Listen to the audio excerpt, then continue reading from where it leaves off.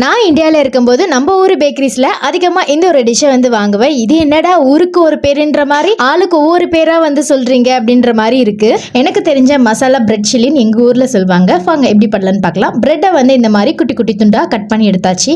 Oil வந்து சேர்த்துக்கிட்டு பிரெட்டையும் சேர்த்து லைட்டாக வந்து ஷாலோ ஃப்ரை மாதிரி ஃப்ரை பண்ணி எடுத்துக்கலாம். ரொம்ப டீப் ஃப்ரைலாம் வந்து வேண்டாம்.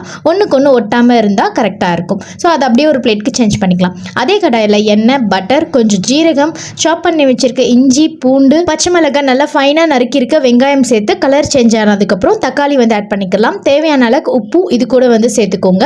இப்போ மசாலா பிரெட்னு சொல்லியாச்சு. மசாலா என்னெல்லாம் சேர்க்கணும்? மஞ்சத்தூள், காஷ்மீரி சில்லி, கரம் மசாலா, 3 மசாலா போதும். ஒரு 2 டேபிள் ஸ்பூன் அளவுக்கு டொமேட்டோ கெச்சப் வந்து ஆட் பண்ணியிருக்கேன். இதுதான் இந்த ஒரு டிஷ்க்கு ரொம்ப நல்ல டேஸ்ட் வந்து எடுத்து கொடுக்கும். நமக்கு லைட்டாக ஃப்ரை பண்ணி வச்சிருக்க அந்த பிரெட்டையும் வந்து சேர்த்து நல்லா மசாலாவோட பரட்டி எடுத்தால் அவ்வளோ சூப்பரான பிரெட் சில்லி வந்து ரெடி ஆகிடும். டேஸ்ட்டு ரொம்ப சூப்பராக இருக்குது. சிம்பிளான ரெசிபியாக இருந்தாலும்